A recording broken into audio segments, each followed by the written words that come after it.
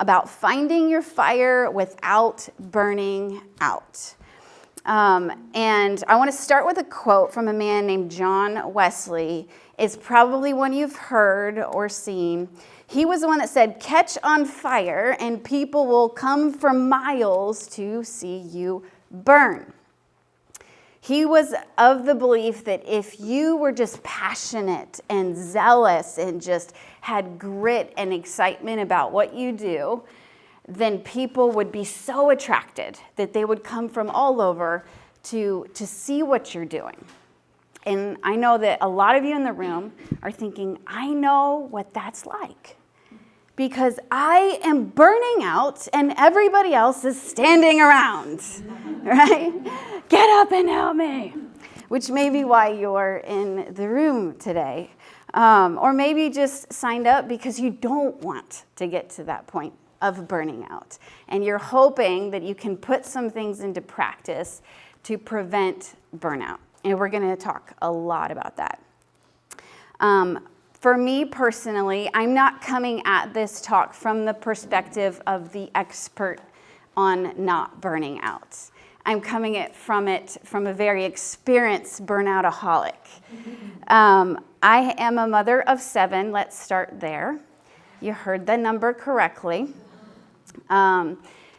Their ages are from 19. He just turned 19 to 2.5. So we have the full spectrum of children ages and loving every bit of it, which could be my full-time 24/7 everything that I do. I also am the co-pastor of a church called Impact City that welcomes over 500 people between 3 services and 2 campuses every single Sunday, which most people don't think about when you go to church. You're just going to have an experience, but there is a big event that is put on by mostly volunteers every week. So every month we manage around 200 volunteers to make those events happen. I'm also an author of 3 books that are available today. There will be a book table in the main room right after this. Co-host of a weekly podcast called The Light Roast, where we just have fun. I just wanted to do something, because I wasn't busy enough. Something where I could just be myself and there was no agenda. And so my co-host is Obadiah Haben. He works for a radio station in Nashville, now the 2nd largest Christian radio station in the country. And it's just a blast. We talk about the news, but not the actual news. Just like the quirky, random, sideways news that doesn't actually mean anything, and then we just roast it and have a lot of fun. Shameless plug for the Light Roast podcast. But quite possibly my biggest job, the most challenging job, is being a wife to the most type A personality you're ever going to meet. And if you know Justin, you know that's true. I also have a little bit of ADD, undiagnosed. I have a splash of anxiety, and I'm a total introvert. So if you look at my life and my brain, it's like the perfect cocktail for Burnout Central, right? I get overstimulated quickly. I can easily be overwhelmed, overthinking, doing too many things. ADD means you start everything and you finish nothing. And so I'm constantly starting things that I don't finish. I'm constantly surrounded by mess because I'm a creative. Creatives are really good at making messes and not very good at organizing their messes. So my very crazy busy life and my crazy brain are burnout, cocktail, which is why I come to you today not as somebody who's an expert at staying out of burnout, but an expert at this balancing act. If you imagine burnout as the dumpster fire and I'm walking the tight wire above it, it requires so much intentionality to keep from tipping too far to the left or to the right and falling into burnout. Where some of you are probably really great with organization and creating systems and processes and organizing your life, I'm not naturally that way, so I've had to learn it. I've had to overcompensate. And so that's why a lot of what I'm going to say today is going to come out of a book that somebody smarter than me wrote. And I have a stack of them here that I literally afterwards, if you want to come up and flip through one before you decide to purchase it on Amazon and put it in your big pile of unread, to-be-read books that someday you're going to get to, you could flip through this copy and say, oh, well, maybe not today, or maybe you do go on Amazon immediately and purchase it. But that's enough about me. I think that's enough setup. I want to talk about you. That's why we're here. I want to put a picture on the screen that's also in your notes, and I want you to mark on this spectrum where you think you are between blah and burnout. Blah is, I'm so bored. I need something to do. I twiddle my thumbs and I doom scroll all day, and I'm always looking for the next series that I can binge watch on Netflix because my life just doesn't have enough, right? Balanced is, I'm feeling pretty motivated. I like what I do. I still have energy for it and passion for it, but I'm not pulling my hair out every day. And then burnout is totally spent. Mark where you are, and if you don't know, that's okay because I'm going to help you figure that out. Yeah, you're like, please don't help me figure that out. The first book I'm going to reference is called Didn't See It Coming by Carey Nieuwhof. And he talks about the 7 things that no one expects and everyone experiences. It's funny, it's got like kid marks on it. You know your mom when like all of your books have random scribbles. I literally, 5 minutes before I was supposed to start this talk, got a call from the school nurse. Can I give your kid ibuprofen? So that's my life. But he talks about the symptoms and signs of burnout in this book. Because sometimes you could be headed for cliff burnout and not even know it. You think you're firing on all cylinders, but these signs are popping up in your life. And so I want you to check the boxes if it pertains to you. The first sign of burnout is that your passion fades. You're suddenly not as excited about doing what you do. You're not as zealous for it. You're less motivated. Second is you no longer feel highs and lows. You almost are kind of in a numb state. Or number 3, little things make you disproportionately emotional.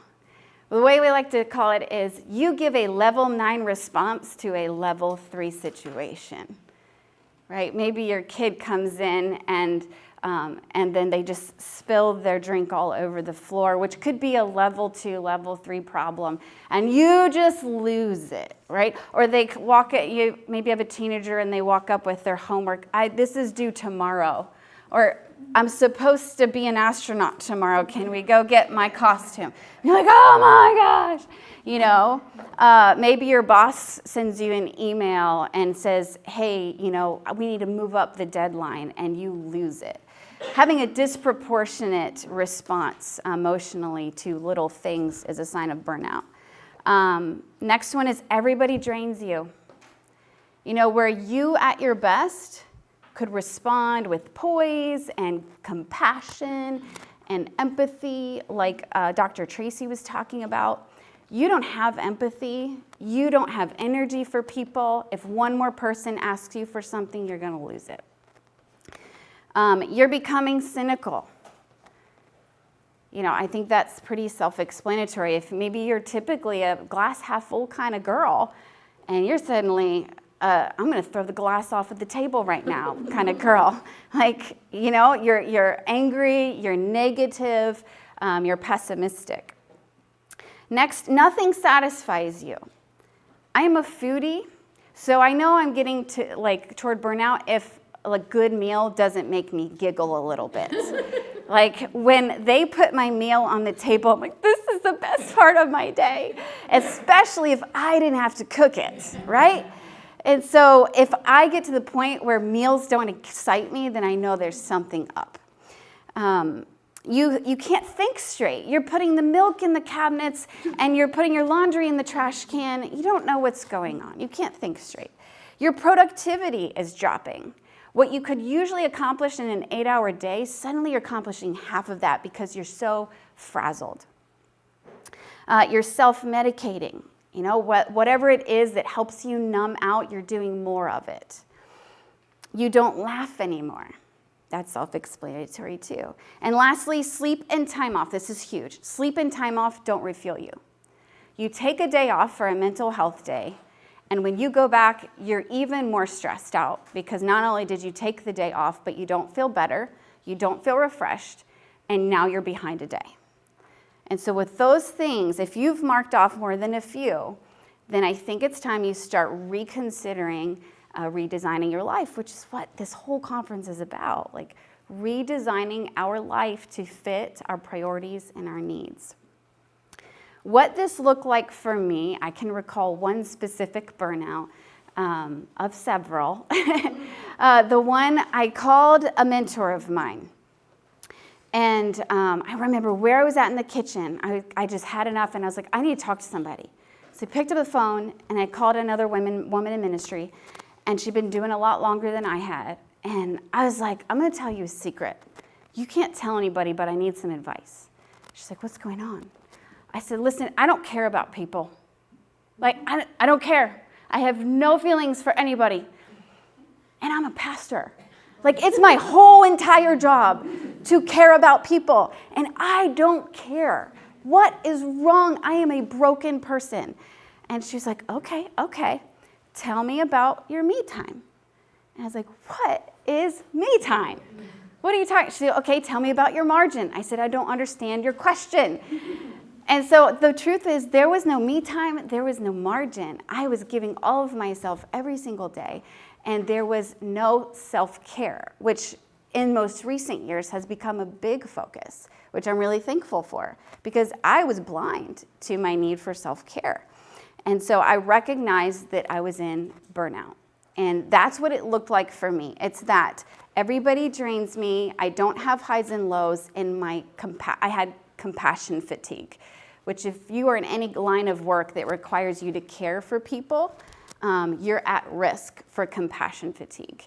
If you are a first responder, a healthcare worker, a teacher, if you're a mother or taking care of an aging parent, if you're caring for people all the time, watch for signs of compassion fatigue. And I'll tell you, the last sign is apathy. And so if you've gotten to that point where I got, you're already burnout. So let's talk about, what do we do about it?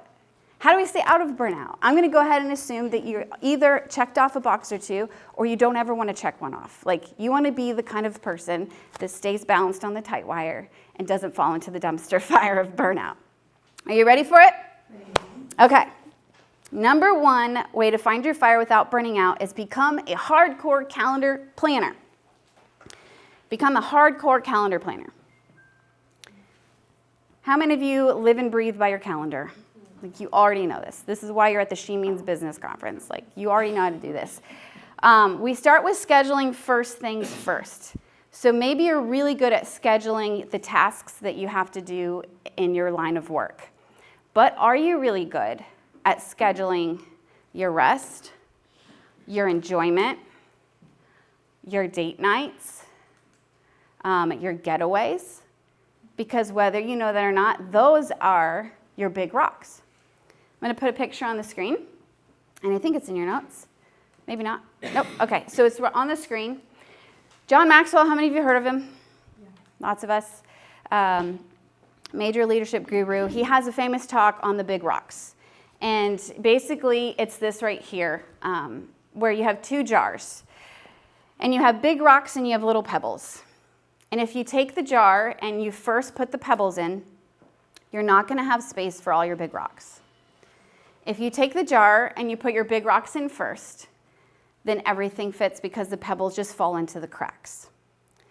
And what this means in our life is you have to decide what your big rocks are. What are your priorities that need to be scheduled on your calendar before everything else? Because the truth is, your calendar is going to fill up, like it or not. And if you allow the pebbles to fill up your calendar, you won't have room for your big rocks. So let's take a minute to just shout out a couple. What are some of your big rocks and write it down on in your notes as well so that you can take that to your calendar and put it on there. Anybody know one of theirs? Raise your hand if you know what of a big rock. We call it Forced Family Fun, where we force our teenage daughter to go do things with us. Yes. That's awesome. I love it. Family dinner. Family dinner. Yes. Homeschool. Yeah. It's huge. I like to get massages and nails. I have to get it on my calendar. Yeah, you got to schedule that because nobody's going to show up at your door and say, "Can I massage you?" Even though we would welcome that, as long as they're not a creepy person. Couple more. Yeah. Study time with my little sister. Oh, I love that. That's incredible. How old is she? She's 5. Oh my gosh. Got an 11-year age gap, so I don't see her very often. Yes, that's huge. So I'm an oldest girl of 5, and my youngest sibling was born 16 years after me. Yeah, and so I get that. That's huge. There was one more over here. My workouts. Workouts, yes. That's one that should be on my list, but it hasn't been. It needs to be. So I want you to make sure you write down your big rocks, and those need to go in your calendar, even if it sounds silly, to write down, I want time with my sister, or to write down rest, like I'm going to take a nap. Even if it's something that most people wouldn't put on their calendar, if it's a big rock and you find yourself not making time for it, you need to get it in a time slot. The second thing is to time block. Time block means, maybe you don't have an appointment or a meeting per se to write on your calendar, but you're blocking out a certain amount of time for a certain area of your life or your business. If you have a flexible schedule, if you are your own boss, that can be amazing. How many of you get to make your schedule? Oh, awesome. Okay, so we're all on the same, you'll totally get me then. It can be amazing that you get to choose what you do all day, every day. For the most part, you get to put things where they go. It can also be the absolute worst. Because at any moment, you could do anything. And people know that. And so they ask you if you can do things, and you just try to fit all the Tetris pieces. And then what ends up is you could lose your mind, right? And so if you are like scatterbrained like me, just waking up knowing I could do anything today sounds wonderful, maybe for somebody else. Though that will make me lose it. Like, I could do anything? Okay, do I start going to the gym today? Do I go visit my parents today? Do I watch a movie and actually sit on the couch for the first time in ages? I should probably make a really nice meal for my husband. It's been a while. I need to work on my next book. It's like it should have been written a year ago. I need to catch up on the laundry. Oh, speaking of laundry, I need to purge the closets. Speaking of purging, the basement's a total disaster. All of these options, it made me lose my mind. And I found a pattern. I was breaking down on Monday mornings around 10 a.m. And it was because Monday is my first day off. As ministers, weekends are our work days. And Sundays were huge. Like, they were very busy, very draining.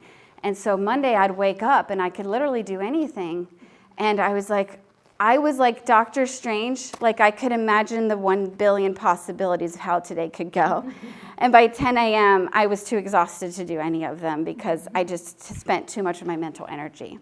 So here's what I decided. I time blocked Monday. I said, what I actually need more than anything on Monday morning is a day out with my little kids. I don't want to be in my house because my house to me looks like a very long to-do list. Mm-hmm. I want to be out of my house with my kids, having fun. I shut off my phone until Tuesday. I will allow my other kids to get a hold of me or my husband, but notifications, group me messages, emails, you won't get a response from me until Tuesday morning. Because what I needed Monday was to block that time off to go out and enjoy my kids. So now, Monday's my favorite day of the week. It used to be the day I broke down at 10 a.m., and now it's my favorite day because I time blocked it. Tuesdays, I write and I have staff meetings. Wednesdays, I'm flexible. It's mostly housework. And then Thursdays is when I stack my pastoral counseling and out-of-office meetings. because I decided, if somebody's going to say, can we meet? Can you meet with me? Can you give me some advice? That's going to be my most draining part of my week, because I'm an empath. Any other fellow empaths in the room? If I sit down with you and you tell me your problems and your life story, I will have felt every bit of it with you. And I will have lived your whole life story in an hour and a half. And then I'm exhausted because I just lived your whole life story in an hour and a half. And so I said, Thursdays only. I can only handle one day of that. So I pack all of those into Thursdays. And so that's just like a small example of what time blocking looks like for me. It's going to look very different for you. But if you run your own schedule, make sure that you're utilizing the tool of time blocking. The way I like to put it is time blocking for me and you is the black t-shirt for Steve Jobs. Have you heard of the black t-shirt, Steve Jobs? Every day he wore a black t-shirt. Why did he wear a black t-shirt every day? Who knows why? Didn't have to think about it. One less decision, because he understood that your mental capacity is much like your time and your money. You only have so much of it.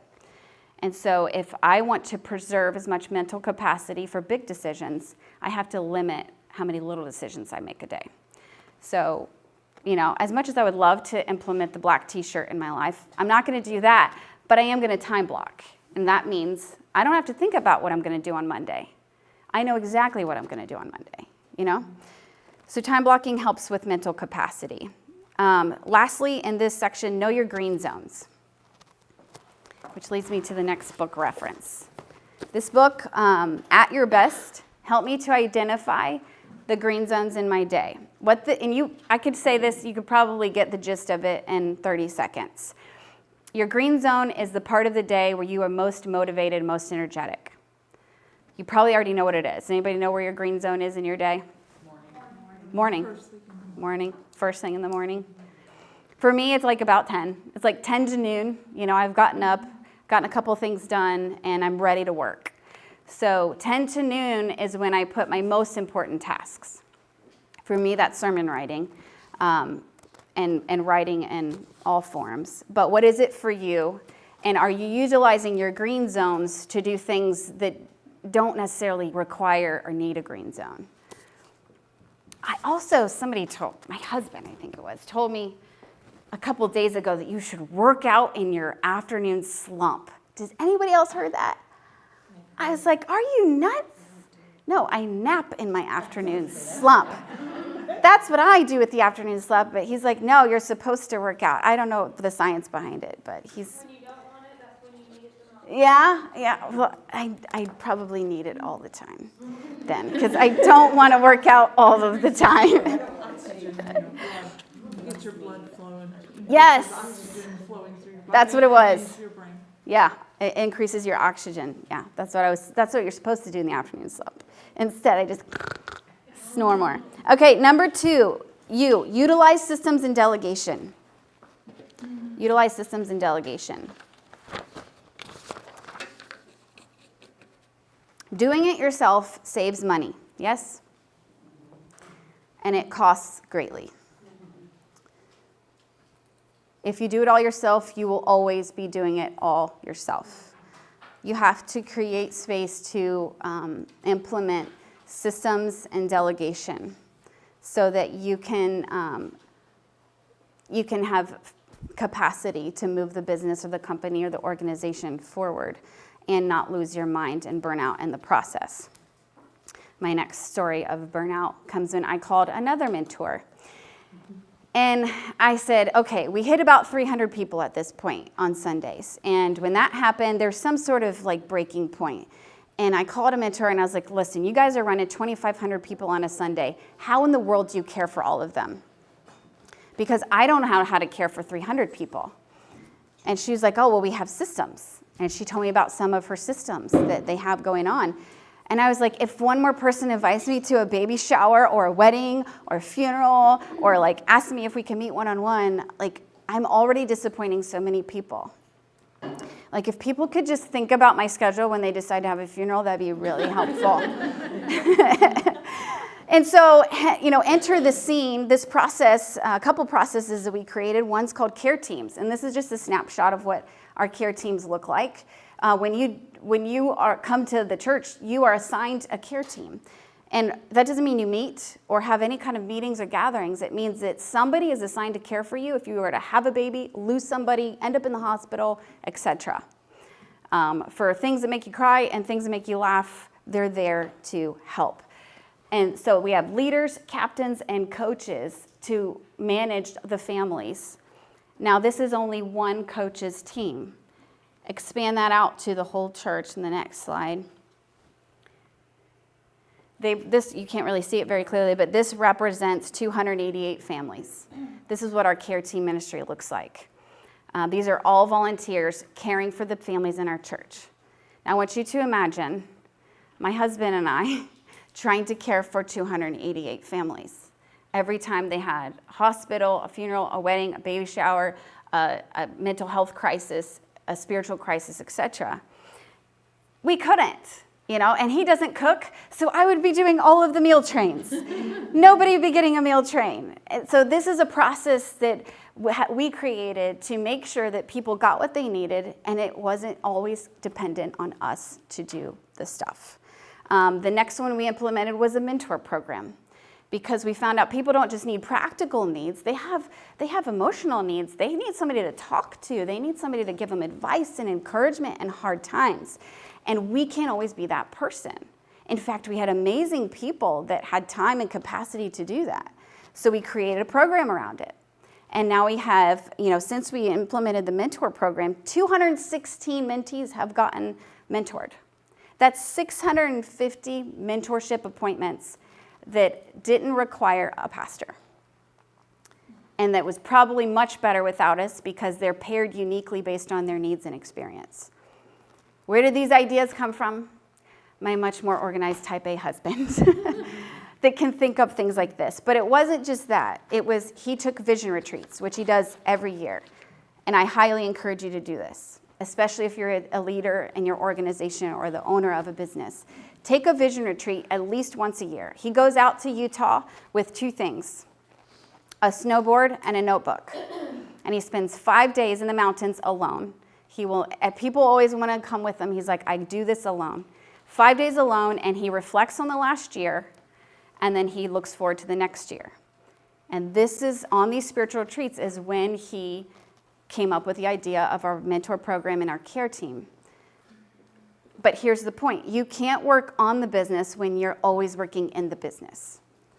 If all of your time is spent working in your business, maintaining what you already have going on, then you won't have time to work on it, to think up new programs and systems and delegations, to hire new people and train them if you're always working in it. So you have to schedule time that you're not working in it to work on it. That makes sense? Vision retreats are great for that. A couple books on this. The first one I didn't read because it doesn't sound very exciting to me, but it's really good and important, is Traction. Get a grip on your business. This is about implementing systems and processes. And thankfully, we have amazing team members that do this well in our organization. But if that sounds good to you, you're welcome to flip through that one. And if it's time to hire somebody so you can work on the business and not in it, The Ideal Team Player is a great book about who you're looking for. It talks about 3 qualities of the right team player that you want to hire. And the 3 qualities are these, that they're humble, hungry, and smart. Doesn't that sound like somebody that you would want working for you? They're humble. They're not going to join your team with their own vision and then veer everybody away from your vision. They're hungry, which means you give them a task, they go do the task, and they come back and ask for the next one. They don't wait for you to come looking for them again. They're coming to you with ideas and how to make things better. I have 2 interns right now that are coming to me with ideas. What generation are we? Millennials? I'm older than you. Barely. I'm 40. I think I'm a millennial. Millennial. Thank you. Yeah. And so my millennial brain doesn't think like theirs. They're coming at me with all of these new ideas that I wouldn't think of. They're hungry. And then you're looking for somebody who's smart, which is self-explanatory. Okay, quick question. How are you utilizing systems and delegations to keep yourself from burnout? Shout out 2 or 3 people. Raise your hand. We're not, that's why we're married. We need to work on it. Okay, all right, moving on. Which is one that you're probably going to need then. Okay, you too. So as a working parent, I realized at a point when my kids were little, I had to hire someone to clean my house because my Saturday was 100% cleaning my house. I wasn't spending time with my children. It pained me, but it felt off-brand, but I had to do it, Yeah, and I still do it. amen. Amen to having a house cleaner. Yeah. Yes. Awesome, and you back there. Reminders, I set a reminder in my phone for almost everything. Down to eating, walking, standing, Wow, yeah, because if you're constantly focused on a task, yeah, it takes a toll on your body. And so uh-huh. remind myself it's time to stand. It's time to take a drink of water. It's Yeah. time to eat. Yeah, I love that, reminders. Well, I like to prioritize and also handle the little things so I feel productive. So you feel So productive It's easier to tackle handle big things. the big things. Yeah, you start checking things off and you get motivated. Yeah, I like that's a good system. All right, so let's move on to rest and escape, which is a fun thing to talk about. The R stands for rest and escape. If I had a rubber band, it would be helpful, but you can imagine there's a rubber band in my hand. Kelly and I have had this talk. This is my amazing assistant, Kelly. She's my everything. Like she does all the things. She taught me this. And a rubber band, you are the rubber band. It can stretch, right? It can get much. It can expand more than what it originally is when you pick it up. But the issue is, it can't stay that way forever. It has to at some point relax. Because if you've ever made a rubber band stretch and then you've just left it stretched, what happens? It gets brittle and it snaps. And you are that rubber band. If you're always stretched, you can stretch. You can do more. You can expand your capacity. You can get stretched thin for a week or two or maybe a season. But if you stay stretched, you will get brittle and you will snap. You have to have time to relax. There's a book called The Power of the Other by Henry Cloud, which I subscribe to all his stuff. He's incredible. And he talks about a story that rocked my world and inspired me to make sure that I was resting and escaping. He counseled a man who was a brain surgeon. And as a brain surgeon, people's lives were literally in his hands every day. The stress of his job was so intense that he needed an escape to give him a break from the stress. And he found that escape in an extramarital affair. He was happily married. He loved his wife. She was a wonderful woman. He had a great family. But something in him was longing for an escape, and he found his escape in another woman. And so tearfully, this couple came to Dr. Cloud, and they were like, help us restore our marriage. And he talked him through it and figured out the issue. And the husband, with tears in his eyes, was like, it's okay, I'm going to fix it. I'm going to fix it. It's going to be okay. I'm going to prioritize my marriage, and I'm never going to do that again. And Dr. Cloud was like, why didn't you tell me your plan? What's your plan for never doing that again? He said, well, I'm going to try harder. I'm going to put her first. I'm going to buy her flowers. I'm going to do all the things. He said, I'm going to tell you right now, sir, that plan's not going to work, and you will have another affair if that's your plan. He's like, what are you talking about? No, I'm so motivated. And he's like, no, the problem with your plan is it requires more of you. Trying harder will not fix a problem that requires rest.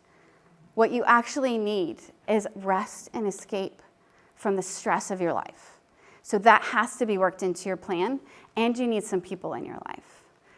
And so this guy created a new plan that didn't require him to work harder and to be more disciplined, but actually provided what he actually needed, which was rest and escape from the stress of life.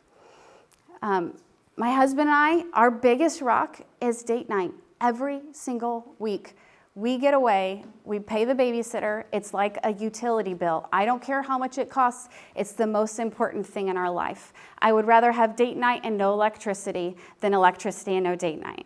And so we prioritize it. It's 5 hours every single week. You say that's crazy? It's what we need. When you have 7 kids, they're up at all times of the day and night. You never escape from people needing you. You need date night. And we go crazy and wild, and we have a blast for 5 hours. If you see us on date night, turn your head, okay? Because we are not ourselves. We are fun and crazy, and we have a blast, and it's my weekly escape. I need that. Dr. Cloud puts it this way. He said, in 25 years I've been working with high-powered CEOs and other top performers, one characteristic stands out. The leaders who accomplish the most, who thrive the most, who overcome the most, are not afraid to say they need help. What is it that you need in your life to make sure that you're getting the rest and escape in the midst of all the stress that you have? And the last thing that I'm going to share with you is to never forget your why. Why did you begin doing what you're doing right now? Simon Sinek wrote a book called Start With Why. Has anybody read it? You're nodding your head, yes. Great book. Gives you lots of good tips on your company. But he says this, people don't buy what you do, they buy why you do it, and what you do simply proves what you believe. And so don't forget your why. If you could answer that question, why did you begin doing what you're doing now? What would you say? Raise your hand.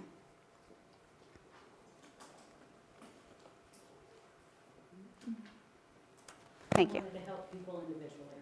You want to help people individually? I love it. There was another hand over here. Mine was out of necessity for my own family. To take care of your family. I wanted to make an impact and just put a better foundation for women on this earth, and then also set my kids up for success. I love it. That's good. Anybody else? I want you to consider what you, I know that for a lot of you, you're like, I didn't come here to talk, I came here to listen. So write down what your why is. Why did you start doing what you're doing now? And don't forget that when it gets hard. That's your most important question. It's not what, it's not how, it's why. Why am I doing this? And if you ever lose sight and you're starting to think your why isn't worth doing what you're doing, maybe the grace is lifting on that, and it's time to move on to a new season where you have a new why.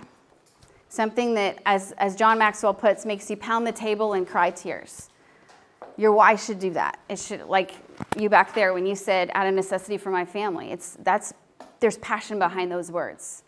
Like that's the kind of thing that makes you pound the table and cry tears, is this is why I'm doing what I'm doing. And so what did we spell? We talked about becoming a hardcore planner, utilizing systems and delegation, rest and escape, never forget your why. And that spells burn. That's how we burn without burning out. As we close, I gave you a lot of advice. You just drank from a fire hose, like 15 different books. You didn't even know it. I give you a lot of tools, a lot to think about, but I want to remind you of one thing, and don't start wrapping up because this is the most important. What you need more than anything is to stop beating yourself up. What you need more than any new tool and any piece of advice is to realize how far you've come and to give yourself a huge thank you for going through what you've been through, for overcoming, for beating the odds, for staying standing when you wanted to lay down and quit, for getting back up every day and taking care of the people and the things in your life. You need to thank yourself. What you need more than beating yourself up and thinking about how you're so behind and you should be further ahead and all of the things that you're coming up short in is to recognize all that you've accomplished. And the way that I would encourage you to do that is the reflection question on the back. The first one is this: what would my former self think of how far I've come and all I've overcome? What would your former self 20 years ago, if she could see you now, and everything that you've been through, the way that you're living, your mindset, the strength that you have, the wisdom that you carry, the way you carry yourself, all that you've accomplished, what would she say? I bet you her jaw would drop. I bet she would be so proud of you. She'd be like, we're doing what now? Are you serious? That's possible? I never saw that coming. And lastly, what would your future self ask you to focus on in this season? So that she can be what you want her to be. In 20 years, who do you want to be? And what would she say to you now that you should be focusing on so that you can be that woman? I know what it is for me, but I want you to think about what it is for you. Thank you guys so much for having me. Again, I'll see you in the big room. Kel, if you want to, Kelly's just going to let you know what you can find at the table. So, wasn't that awesome? Can we give it? Yeah.